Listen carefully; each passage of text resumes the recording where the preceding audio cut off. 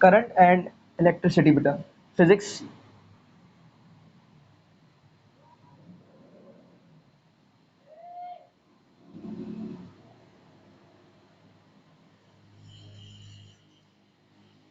बेटा physics NMD cat जो है उसके अंदर और उसके साथ साथ जो ई कैट है, दोनों के अंदर ये चैप्टर काफ़ी इंपॉर्टेंट है, ये टॉपिक बहुत इंपॉर्टेंट है, करंट एंड इलेक्ट्रिसिटी, जो कि आज हम स्टार्ट करने जा रहे हैं।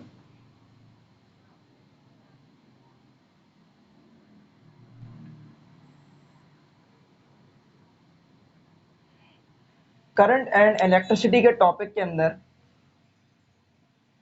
सबसे पहले बेटा मैं आप लोगों से वायर की हवाले से कुछ बात करना चाहूँगा। नॉर्मली बेटा जो वायर आपके पास मौजूद है उस वायर का वॉल्यूम होता है, ठीक है। यानी कोई भी एक आपके पास सब्सटेंस है, ठीक है, सब्सटेंस का कोई ना कोई वॉल्यूम होता है या उसकी कोई लेंथ है, ब्रेथ है, हाइट होती है। इट मीन्स, और जो एक वायर है जो नॉर्मली हम कंसीडर इस चैप्टर में यूजुअली तौर पर बार बार जिसका डिस्कशन हम कर रहे होते हैं, तो वायर का क्या होता है बेटा, वॉल्यूम होता है। लेकिन अगर स्टूडेंट मैं आपको ये कहूँ कि वायर जो है मैं स्ट्रेच करता हूँ, ठीक है, वायर मैंने स्ट्रेच कर दी, वायर मैंने स्ट्रेच की by applying temperature, by applying force और एनीथिंग एल्स, बस मैंने वायर को क्या कर दिया, स्ट्रेच कर दिया। तो आया आप मुझे ये बताएं बेटा कि क्या वॉल्यूम ऑफ द वायर पर कोई फर्क पड़ेगा, नहीं पड़ेगा वॉल्यूम ऑफ द वायर के ऊपर? तो बेटा मैं ये कहूंगा कि अगर आपने वायर को स्ट्रेच किया है तो स्ट्रेच्ड वायर का जो वॉल्यूम होगा बेटा वो पहले के लिहाज से सेम रहेगा, there is no change in volume.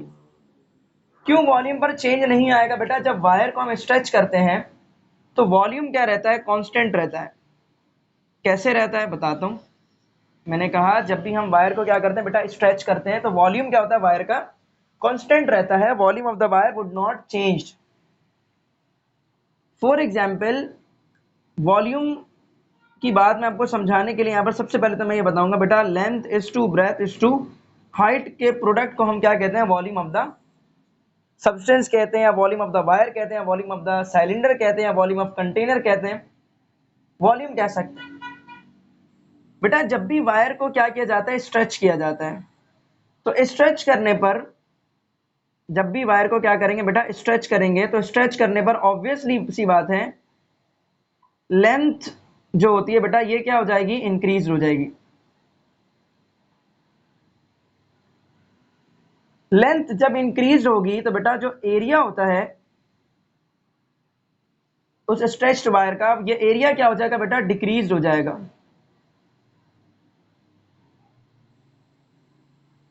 यानी वायर को जब स्ट्रेच किया गया तो स्ट्रेच करने पर लेंथ इंक्रीज होगी वायर की और एरिया जो है वो डिक्रीज हो जाएगा। और इक्वल अमाउंट में जितनी लेंथ इंक्रीज होगी बेटा उतने ही अमाउंट में आपके पास एरिया जो है वो डिक्रीज होगा। यानी कि जितनी लेंथ इंक्रीज उतना ही एरिया आपके पास क्या हो जाएगा, डिक्रीज हो जाएगा। जैसे मैं इसे इस तरह से लिख सकता हूं कि जो भाई लेंथ है आपके पास बेटा, वो जितने भी टाइम्स आपके पास क्या होगी, लेंथ जो है वो इंक्रीज होगी, ठीक है, जिसे मैं एल डैश भी लिख सकता हूँ या लेंथ डैश भी लिख सकता हूँ, ठीक है। और जो एरिया होगा सिलेंडर का, या एरिया जो होगा वायर का, या एरिया कंडक्टर का, जिसका भी आप एरिया लेंगे, जो सब्सटेंस आपके पास होगा, एरिया बिकम्स आपके पास बेटा, यानी एरिया क्या हो जाएगा, जिसको मैं ए डैश लिख सकता हूँ, ये उतने ही टाइम्स क्या हो जाएगा आपके पास बेटा, डिक्रीज हो जाएगा। यानी कि एन की वैल्यू यहां पर जो होगी वहां पर भी एन की वैल्यू सेम रहेगी। लाइक दैट अगर मैंने कहा कि आपके पास जो लेंथ है वो पहले से 4 टाइम्स हो गई, ठीक है, न्यू वॉल्यूम बताएं, ठीक है, न्यू वॉल्यूम आप बताएं, तो आप ये सीधा सी बात जो है बेटा आपको ये समझ आ रही, मैंने आपको बताया कि वॉल्यूम जो है कितना इफेक्टेड होगा, जितना लेंथ आपके पास इंक्रीज हुआ है बेटा एरिया उतने टाइम्स डिक्रीज हो जाएगा। तो एरिया जब उतने टाइम्स आपके पास डिक्रीज होगा तो वॉल्यूम जो वी डैश होता है बेटा उसका फॉर्मूला आपके पास, वी डैश का जो फॉर्मूला है वो होता है length L dash B dash H dash हो जाएगा। और इसकी जगह पर मैं ये लिख सकता हूँ L dash is to area dash. L dash की जगह पर मैं क्या लिखूंगा बेटा, एल डैश की जगह पर मैं लिखूंगा 4L, और एरिया यहाँ पर गिवन नहीं, लेकिन मैंने अभी आपको बताया था जितने टाइम्स लेंथ इंक्रीज उतने ही टाइम्स एरिया डिक्रीज हो जाएगा, तो मैं यहाँ पर लिख दूंगा a डिवाइडेड बाय 4। तो 4 से 4 cancel, length is to area, आपके पास क्या आ जाएगा बेटा, दोबारा से v आ जाएगा। So volume would be unaffected if the wire becomes stretched. ये वाली बात आपने याद रखनी बेटा, ठीक है। जस्ट फॉर सेकेंड बच्चों,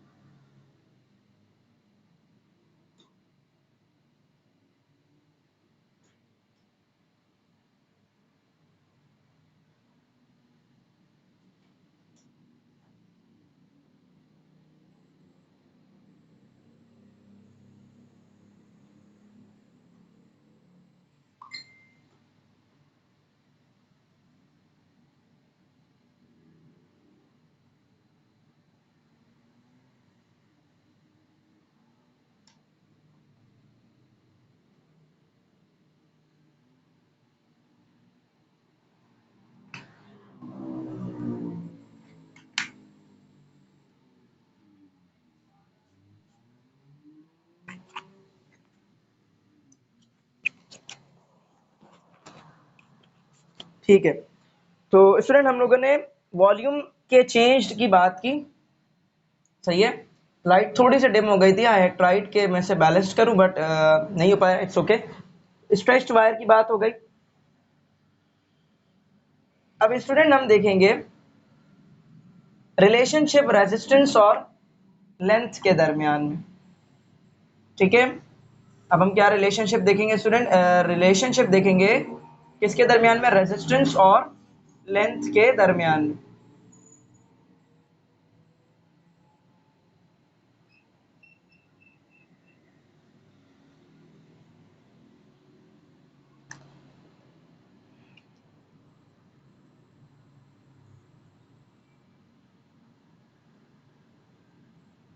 relationship between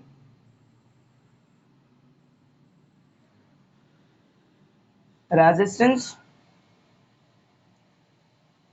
and length of any conductor or any wire or any cylinder that passing the electric current।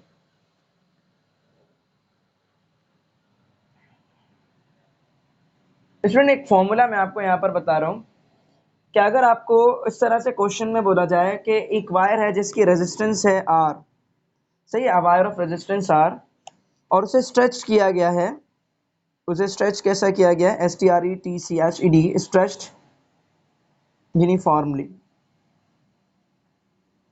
सही है। उसकी जो लेंथ है स्टूडेंट वो पहले से क्या हो गई है, n टाइम्स हो चुकी है। n टाइम्स का मकसद L dash is equal to NL। तो रेजिस्टेंस अब जो है न्यू वायर की क्या होगी, R डैश आपके पास क्या हो।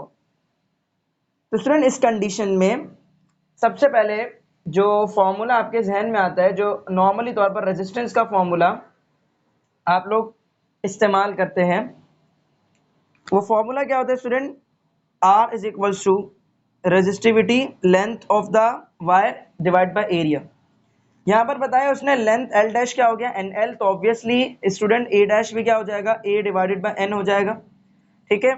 तो इस इक्वेशन को अगर मैं आगे बढ़ाऊं तो स्टूडेंट ये R डैश की इक्वेशन में अगर मैं इसे कन्वर्ट करूं तो ये रेजिस्टिविटी वैसे ही रहेगी, क्योंकि लेंथ, क्योंकि मटेरियल तो सेम है, ये डिवाइड L डैश हो जाएगा और ये A डैश हो जाएगा। L डैश की जगह पर मैं यहाँ पे क्या पुट करूंगा, R dash is equal to L dash की जगह पर मैं बेटा पुट कर दूंगा NL, ठीक है। रेजिस्टिविटी में फॉर एग्जांपल यहाँ पर लिख देता हूँ, और A डैश की जगह पर मैं A divide by N divide में बेटा ऊपर जाकर के क्या हो जाएगा, दोबारा से मल्टीप्लाई में, तो R dash is equals to N square हो जाएगा बेटा आपके पास। R डैश क्या हो जाएगा बेटा, N square L divide by A और रेजिस्टिविटी वैसे ही रहेगी। तो एल डिवाइड बाय ए और रेजिस्टिविटी क्या थी, आर था बेटा आपके पास। तो R dash is equals to N square R. ये एक स्टूडेंट रिलेशनशिप बना किसके दरमियान में, आपके पास रेजिस्टेंस और लेंथ के दरमियान में, ठीक है। अगर आपको बेटा ये कह दिया जाए कि एरिया, अगर ये आप देखें इस रिलेशनशिप को बेटा, तो एरिया के भी सेम यही रिलेशनशिप रहेगा, ठीक है। आपको अगर फॉर एग्जांपल क्वेश्चन में कभी कह दे कि भाई एरिया जो है वो 4 टाइम्स क्या हो रहा है, डिक्रीज हो रहा है, बताएं रेजिस्टेंस पर क्या फर्क पड़ेगा। तो अगर एरिया 4 टाइम्स आपके पास डिक्रीज हो रहा होगा, तो आपने तो किसका रिलेशनशिप पढ़ा है, लेंथ का रिलेशनशिप पढ़ा है रेजिस्टेंस के साथ। जैसे मैं एक क्वेश्चन आपको यहाँ पर कह रहा हूँ कि आपके पास बेटा जो एरिया है, ये एरिया क्या हो रहा है, एरिया हो रहा है आपके पास 4 टाइम्स डिक्रीज, सही है। Area of the wire becomes 4 times decreased. मुझे बताएं resistance of the new condition will be, resistance अब क्या हो जाएगी। तो बेटा जब आपके पास एरिया 4 टाइम्स डिक्रीज हो गया, तो लेंथ कितने टाइम्स इंक्रीज हो जाएगी, लेंथ हो जाएगी 4 टाइम्स इंक्रीज, और यहाँ पर n की जगह पर आपने क्या रखना है, ये लेंथ वाली वैल्यू रखनी है, ठीक है। तो सिंपल सी बात, r dash is equals to 4 मैं यहाँ पर रखूंगा 4 का स्क्वायर और ये r, ठीक है। तो पहले से जो रेजिस्टेंस है बेटा आपके पास वो क्या हो जाएगी, 16 टाइम्स इंक्रीज हो जाएगी। अच्छा एक और एक चीज आपके पास स्टूडेंट यहाँ पर आप देख सकते हैं, लेंथ जो है वो डायरेक्टली रिलेशनशिप है, यानी कि लेंथ वो स्क्वायर टाइम रिलेशनशिप रखता है डायरेक्टली विद द रेजिस्टेंस, यानी कि लेंथ का relationship direct with square times का मकसद क्या है, लेंथ का रिलेशनशिप डायरेक्ट का मकसद आपके पास अगर लेंथ बढ़ेगी तो रेजिस्टेंस भी बढ़ जाएगी, लेंथ कम हो जाएगी तो रेजिस्टेंस भी क्या हो जाएगी, कम हो जाएगी आपके पास। लेकिन एरिया का रिलेशनशिप क्या है, इनवर्स है। अच्छा लेंथ का जो रिलेशनशिप बेटा डायरेक्ट होने के साथ साथ स्क्वायर टाइम्स है, जैसे लेंथ यहाँ 4 टाइम्स इंक्रीज तो रेजिस्टेंस 16 टाइम इंक्रीज, अगर लेंथ 8 टाइम इंक्रीज हो जाती रेजिस्टेंस 64 टाइम्स आपके पास क्या हो जाती बेटा, इंक्रीज हो जाती, ठीक है।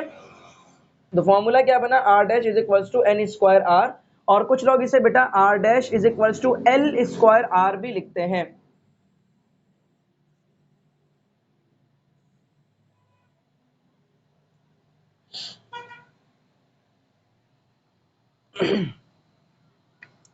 अच्छा एरिया बेटा आपके पास, एरिया का जो फॉर्मूला होता है पहले मैं बता दूं, हो सकता है कभी आपको डायरेक्टली तौर पर एरिया नहीं भी दिया जाता, तो एरिया का जो फॉर्मूला होता है वो तो होता है पाई आर स्क्वायर, और अगर हम डायमीटर की वैल्यू पुट करें तो एरिया का फॉर्मूला क्या बन जाएगा बेटा, एरिया का फॉर्मूला बनेगा पाई डी स्क्वायर अपॉन 4।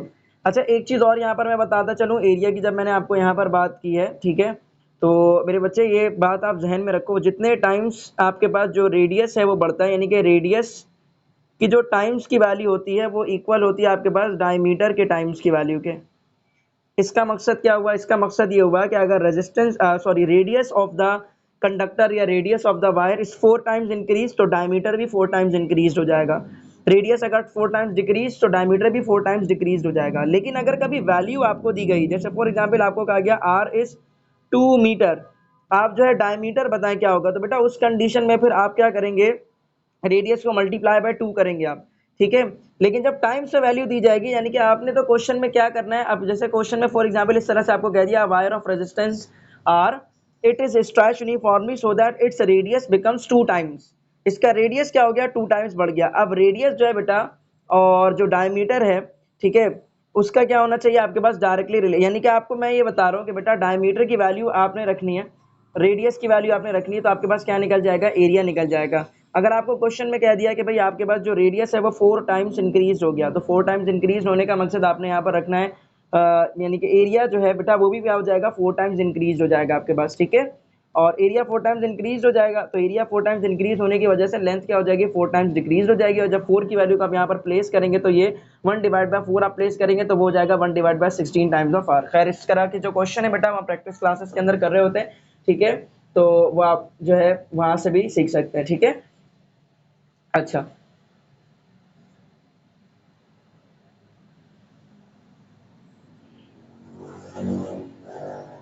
एक और एक क्वेश्चन बेटा मैं आपके पास यहाँ पर समझाने के लिए उसको बताता हूँ।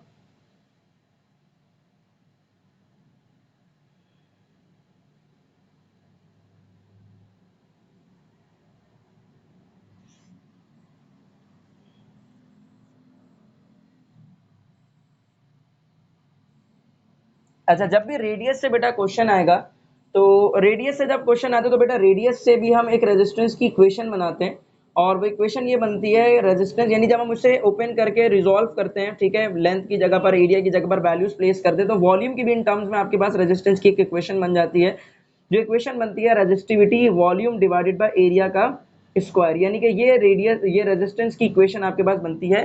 रेजिस्टेंस की इक्वेशन क्या बनी बेटा? रेजिस्टिविटी, ठीक है, या इसका आप जो है R is equals to density या रेजिस्टिविटी वॉल्यूम अपॉन एरिया का स्क्वायर आप इसे कह सकते हैं, ठीक है। ये आपके पास बेटा कब इस्तेमाल होगा? उस वक्त इस्तेमाल होगा जब आपको क्वेश्चन में रेडियस के हवाले से आपको जब वैल्यू दी जाएगी। किस तरह से? अगर फॉर एग्जांपल बेटा मैं आपको ये कह रहा हूं,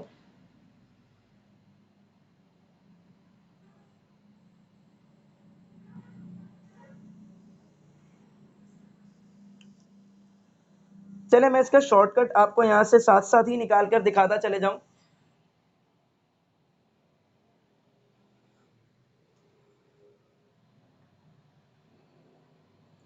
एरिया की बेटा अभी आपने वैल्यू देखी थी, वो क्या है? पाई आर स्क्वायर। अगर इस इक्वेशन में मैं पाई आर स्क्वायर को प्लेस करूं तो वो क्या हो जाएगा? पाई स्क्वायर आर फोर हो जाएगा। तो ये इक्वेशन किस में कन्वर्ट हो जाएगी बेटा? R is equals to resistivity, ठीक है, वॉल्यूम वैसे ही रहेगा, और नीचे हो जाएगा आपके पास पाई स्क्वायर और आर फोर हो जाएगा। सही है, पाई स्क्वायर और आर फोर आपके पास क्या हो जाएगा बेटा? ठीक है। अच्छा, यहां पर जो है बेटा आपके पास रेजिस्टिविटी जो है वो कांस्टेंट रहती है। अच्छा, जब आप रेजिस्टेंस चेक करते हैं बेटा, तो रेजिस्टेंस चेक करते हुए वॉल्यूम अभी आप लोगों ने पढ़ा था कांस्टेंट रहता है, वॉल्यूम पर कोई फर्क नहीं पड़ता। Pi is a constant as well. तो रेजिस्टेंस किस पर से बेस्ड कर रहा है आपके पास? रेडियस के फोर स्क्वायर, यानी कि रेडियस के ऊपर, यानी रेडियस पावर फोर पर आपके पास जो है बेटा रेजिस्टेंस बेस कर रहा है। तो R is equals to one upon R four R. बेटा ये रेडियस से जब भी आपके पास रेजिस्टेंस कहेगा ना, यानी ये रिलेशनशिप है बेसिकली किसका? ये रिलेशनशिप है आपके पास रेडियस और रेजिस्टेंस ऑफ द वायर का, ठीक है। यानी कि अगर क्वेश्चन कभी आपको रेडियस में दिया जाए, जैसे अगर क्वेश्चन चले मैं इसको बेटा स्क्रीनशॉट ले लें ताकि फिर हम जो है आगे प्रोसीड कर दें, ठीक है। इसका स्क्रीनशॉट ले लें जल्दी से।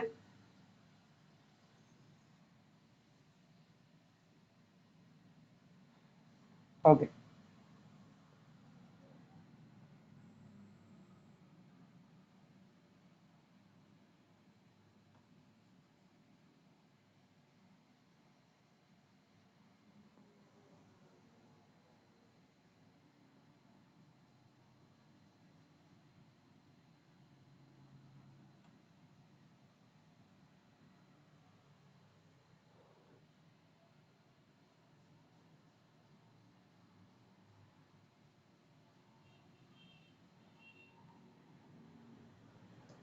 ठीक है बेटा। तो हमने रिलेशनशिप बेटा निकाला किसके दरमियान?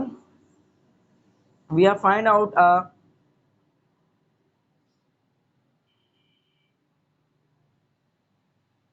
relationship between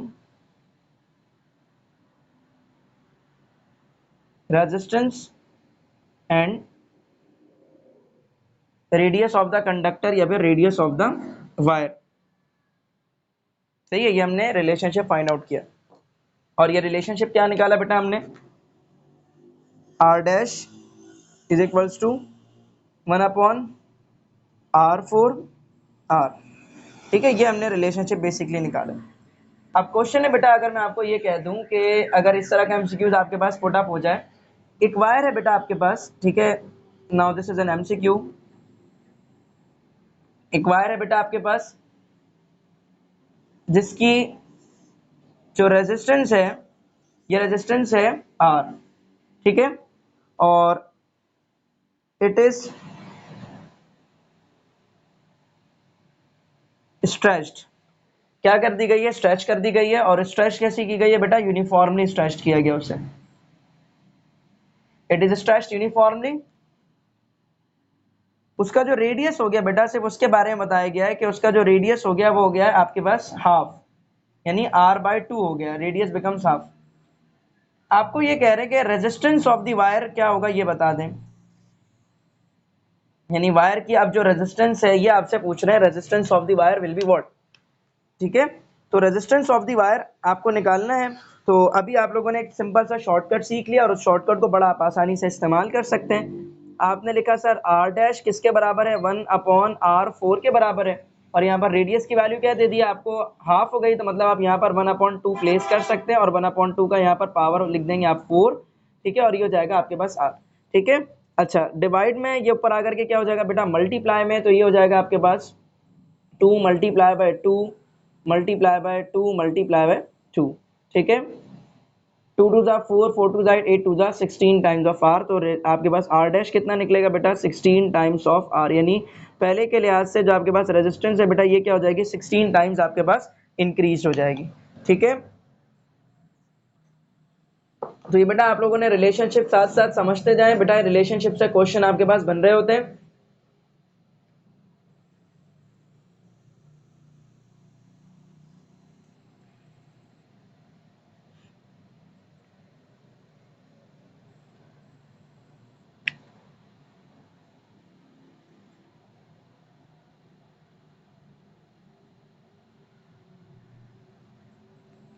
एक बेटा बात जो मैंने अभी थोड़ी देर पहले आपसे की थी, और वो ये की थी कि टाइम्स में जब भी बात की जाएगी तो टाइम्स में रेडियस वैल्यू इक्वल होती है किसके बेटा, टाइम्स वैल्यू ऑफ डायमीटर।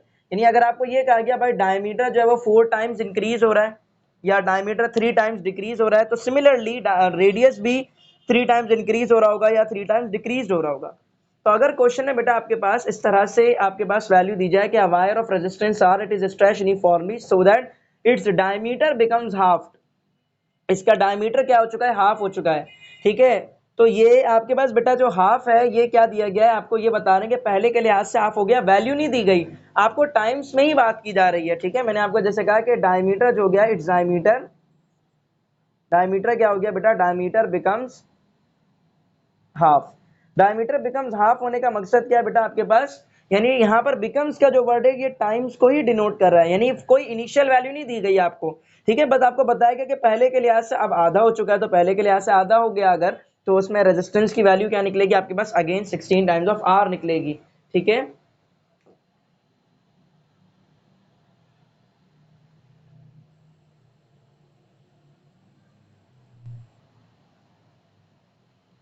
अच्छा अब एक रिलेशनशिप स्टूडेंट आप लोग लिखिएगा, relationship between,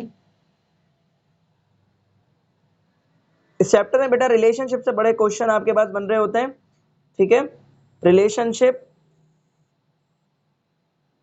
between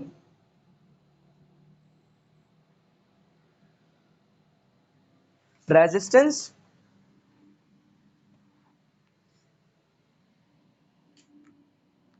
length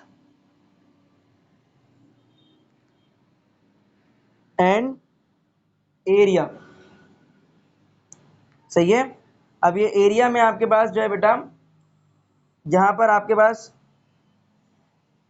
radius या डायमीटर की भी बात की जा सकती है।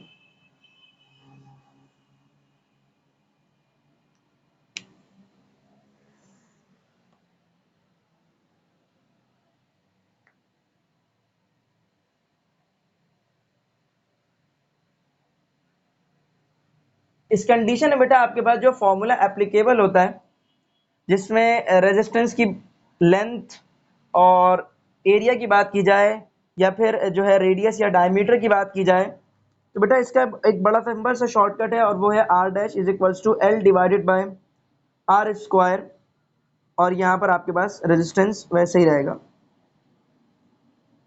सबसे पहले हमने रिलेशनशिप देखा था सिर्फ लेंथ का या एरिया का, दूसरा फिर हम लोगों ने स्टूडेंट रिलेशनशिप देखा सिर्फ और सिर्फ रेडियस का या फिर एरिया या फिर आपके पास डायमीटर का, और अब स्टूडेंट हम दोनों को मिला करके रिलेशनशिप डिस्कस कर रहे हैं लेंथ और रेडियस या डायमीटर पर जब एक ही दफा फर्क आएगा आपके पास, या फिर एरिया पर जब आपके पास जो है अच्छा देखें लेंथ और एरिया तो एक ही बात है, सही है। लेंथ में अगर आपके पास जितना चेंज आता है उतना ही आपके पास जो है उसका उल्टा चेंज आ जाता है एरिया के अंदर, और रेडियस और डायमीटर की बात हमने अलग की। अब अगर किसी क्वेश्चन में आपको ये कह दें कि भाई लेंथ जो इतनी टाइम्स इंक्रीज हो रही है, ठीक है, या ये कहते हैं कि एरिया जो है 4 टाइम्स डिक्रीज हो रहा है, तो यहाँ पर एरिया की तो बात नहीं की गई, लेकिन आपने एरिया की बात करते हुए किसको सोचना है, लेंथ को सोचना है। यानी अगर क्वेश्चन में कह रहा है कि एरिया जो है, एरिया क्या हो रहा है बेटा आपके पास 1/4 हो जा रहा है, तो इट मीन्स के लेंथ क्या हो जा रही है आपके पास, जो एल डैश है बेटा आपके पास वो क्या हो जा रहा है, 4 टाइम्स ऑफ एल हो जा रहा है। ठीक है, तो आप यहाँ पर 4 रखेंगे।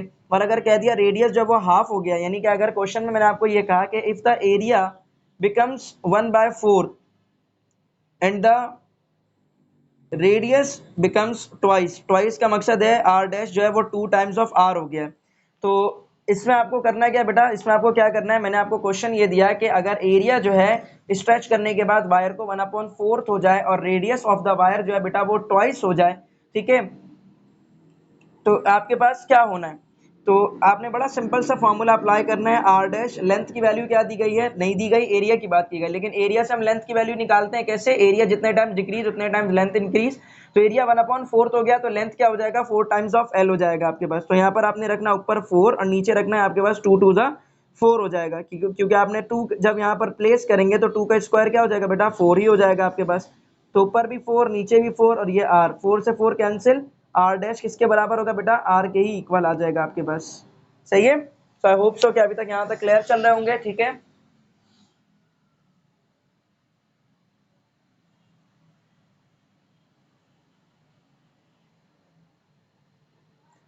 अब स्टूडेंट एक जो है हम न्यू रिलेशनशिप जो है रेजिस्टेंस की कॉम्बिनेशन के हवाले से अब मैं आपको सिखाने जा रहा हूँ।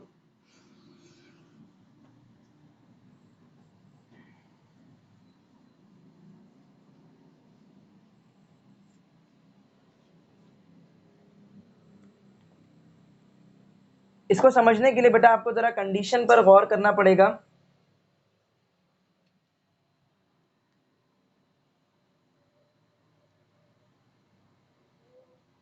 A wire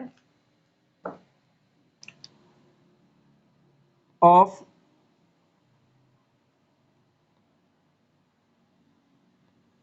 resistance R is cut into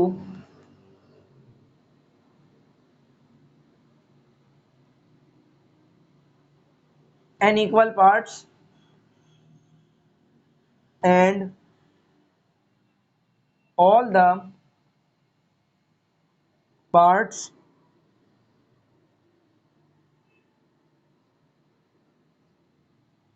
connected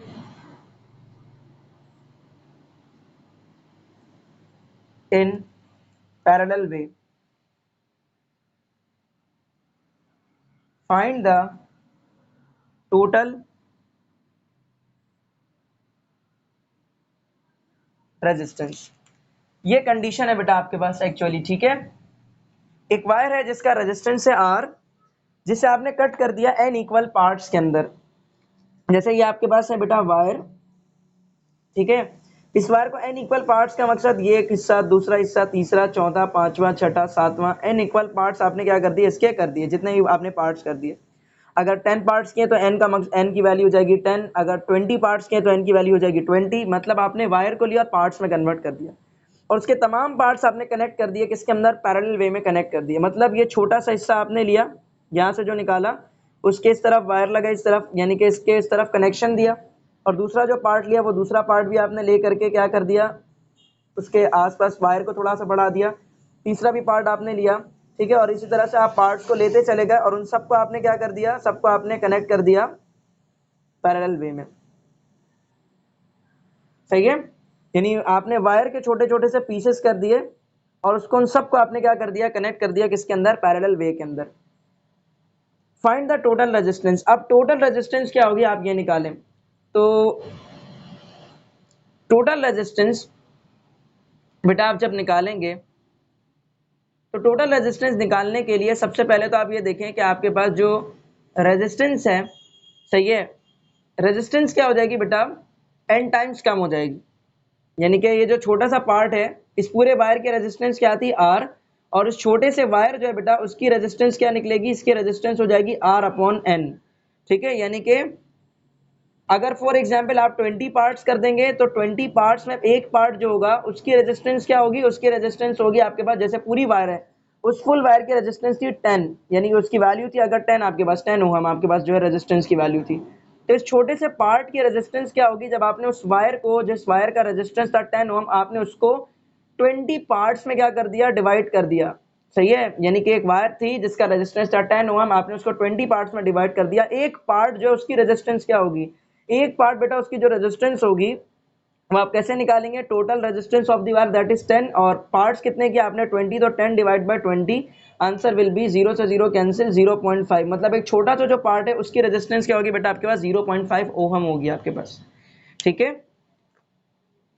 अच्छा अब हम इक्विवेलेंट रेजिस्टेंस निकालना अगर चाहे तो पैरेलल वे में कॉम्बिनेशन में रेजिस्टेंस की वैल्यू कैसे निकालते हैं, 1/r is equals to 1/r1 plus 1/r2। ठीक है, और इसी तरह से हम क्या होगा करते चले जाएंगे 1/r3 प्लस 1/r4। ठीक है, तो इस तरह से मैं यहाँ पर डायरेक्टली लिख देता हूँ dot dot dot plus 1 divide by R N. सही है, जितने भी पार्ट्स आपके पास होंगे वो आप लिख देंगे। हर रेजिस्टेंस की जगह पर बेटा क्या वैल्यू प्लेस हो जाएगी, R1 R2 R3 R4, सबकी वैल्यू कैसे निकलेगी, ऐसे ही 10 डिवाइड बाय 20 10 डिवाइड बाय 20, तो सबकी वैल्यू क्या निकलेगी, आपस में इक्वल निकलेगी, मतलब R अपॉन N हर जगह पर क्या होगा, सेम निकलेगा। अच्छा R1 क्या होगा बेटा, R1 भी R अपॉन N, R2 भी R अपॉन N, R3 भी R अपॉन N, तो यहाँ पर 1 अपॉन R, R1 की जगह पर ही मैं क्या लिख दूंगा R upon N, plus R2 की जगह पर ही बेटा मैं क्या लिख दूंगा 1 डिवाइड बाय R2 की जगह पर भी आ जाएगा R अपॉन N। ठीक है, इसी तरह से आपके पास Rn की जगह पर भी क्या आ जाएगा, R डिवाइड बाय N आ जाएगा। सही है, तो सब में देखिए R कॉमन N कॉमन, तो 1 अपॉन R जो है बेटा आपके पास ये 1 अपॉन R किसके इक्वल हो जाएगा, ठीक है 1 अपॉन R, ऊपर सबका आपके पास 1 प्लस 1 प्लस 1 प्लस 1, ठीक है डॉट डॉट डॉट आपके पास ये जो भी N वैल्यू होगी डिवाइड बाय ये R अपॉन N सबका कॉमन हो जाएगा, तो एक ही बार हम लिख देंगे R डिवाइडेड बाय N लिख देंगे। सही है, अच्छा n इधर बेटा आपके पास जो है ऊपर देखिए ये पूरी वैल्यू किसके इक्वल होगी, n के इक्वल होगी, क्योंकि जितने भी पार्ट्स होंगे वो ऊपर उतने आपके पास यहाँ पर वैल्यू बढ़ती जाएगी। जैसे एक आपने दो पार्ट्स में तोड़ा तो ये दो बार वैल्यू आएगी, तीन पार्ट्स में तोड़ा तो ये तीन बार, चार पार्ट्स में तोड़ा तो ऊपर ये एक दो तीन चार करके, तो ऊपर 1 प्लस 1 प्लस 1 प्लस 1 4, तो जितने पार्ट्स में तोड़ोगे ऊपर सम वैल्यू उतनी आ जाएगी। तो मैं ऊपर लिख सकता हूँ बेटा सिर्फ n लिख सकता हूँ यहाँ पर मैं ऊपर n, ठीक है, और नीचे डिवाइड में R अपॉन N, जो कि N ऊपर चला जाएगा मल्टीप्लाई में नीचे बचेगा R, तो N और N मल्टीप्लाई होकर क्या हो जाएगा बेटा N स्क्वायर हो जाएगा, नीचे बचेगा R। तो इक्विवेलेंट रेजिस्टेंस निकालने का फॉर्मूला क्या होगा बेटा, अभी तक तो नहीं निकला इक्विवेलेंट रेजिस्टेंस, क्योंकि ये तो किसके इक्वल है, ये इक्वल है 1 अपॉन R। तो R के लिए कैसे निकालेंगे, R के लिए बेटा इस टर्म को हम ऊपर कर देंगे R divide by N square. तो इक्विवेलेंट रेजिस्टेंस निकालने के लिए इस तरह की कंडीशन में आपने कौन सा फॉर्मूला अप्लाई करना है बेटा, R upon N square apply करना है। ठीक है, यानी जब भी आपके पास एक वायर ली जाए जिसका रेजिस्टेंस हो R और उसे आप कट कर दें जितने भी आपके पास पार्ट्स के अंदर, ठीक है, और ये कहा जाए कि पार्ट्स में कट करने के बाद आपने सबको पैरेलल वे में क्या कर दिया है, कनेक्ट कर दिया है, तो अब जो न्यू रेजिस्टेंस है वो न्यू रेजिस्टेंस आप कैसे निकालेंगे, तो न्यू रेजिस्टेंस निकालने के लिए आपको क्या करना है बेटा, जो भी इक्विवेलेंट जो भी आपके पास पूरी वायर की रेजिस्टेंस है आप वो रखोगे, और नीचे डिवाइड में आप क्या करोगे, नीचे डिवाइड में आपने करना ये है कि जितने भी पार्ट्स आपने लिए हैं उस पार्ट्स में आपने यहाँ पर वैल्यू रख देनी। जैसे अगर फॉर एग्जाम्पल मैं कह रहा था कि वायर की रेजिस्टेंस क्या थी 10 ओहम, और उसे हमने 20 पार्ट्स में क्या कर दिया, डिवाइड कर दिया और सबको पैरेलल वे में कनेक्ट कर दिया। पैरेलल वे में कनेक्ट करने के बाद इक्विवेलेंट रेजिस्टेंस क्या निकलेगा, सही है, पैरेलल वे में कनेक्ट करने के बाद इक्विवेलेंट रेजिस्टेंस क्या निकलेगा, तो पूरे वायर की रेजिस्टेंस क्या थी 10, ठीक है, नीचे डिवाइड बाय आपके पास जो पार्ट्स हैं, ये पार्ट्स कितने किए थे, ये पार्ट्स भी आपने फॉर एग्जांपल 20 पार्ट्स किए थे, तो हम यहाँ नीचे क्या कर देंगे 20 का स्क्वायर कर देंगे, तो ऊपर हो जाएगा 10 नीचे हो जाएगा 20 मल्टीप्लाई बाय 20, तो 0 से 0 कैंसिल, नीचे हो जाएगा 1 डिवाइडेड बाय 20 मल्टीप्लाई बाय 2, तो ये हो जाएगा 1 divided by 200 2 to the 4, 1 divide by 40 जो बेटा इसका आपके पास जो है वो राइट आंसर आ जाएगा। अच्छा 1 डिवाइड बाय 4 का जो आंसर है बेटा ये आएगा 0.25, और 1 डिवाइड बाय 10 का जो आपके पास आंसर आएगा ये आएगा 0.1। तो आप 1 डिवाइड बाय 40 करें या अलग अलग करके भी आप इसे कर सकते हैं। फिलहाल आर ई किसके इक्वल है बेटा 1/40 के इक्वल अभी हमारे पास यहाँ पर आर ई जो है वो कैलकुलेट हो गया। तो इस तरह से बेटा हम लोगों ने क्या करना होता है, अपने जो क्वेश्चंस हैं इस तरह से रिजॉल्व करने होते हैं। और भी बहुत सारी कंडीशन है जो कि बेटा मैं आपके साथ आपके नेक्स्ट क्लासेस के अंदर जो वो शेयर अप करूंगा। अभी के लिए फिलहाल बेटा आज की क्लास के लिए इतना ही, मिलते हैं फिर इंशाल्लाह आप लोगों से नेक्स्ट क्लास के अंदर। तब तक के लिए बच्चों खुदा हाफिज। इसका स्क्रीनशॉट निकाल लीजिए, जिन्होंने स्क्रीनशॉट नहीं लिया है, ठीक है, वो स्क्रीनशॉट ले लें, पहले ऊपर का स्क्रीनशॉट ले लें ताकि फिर मैं नीचे कर देता हूँ। ठीक है, चलें स्क्रीनशॉट ले लें जल्दी से। ठीक है बच्चों, खुदा हाफिज।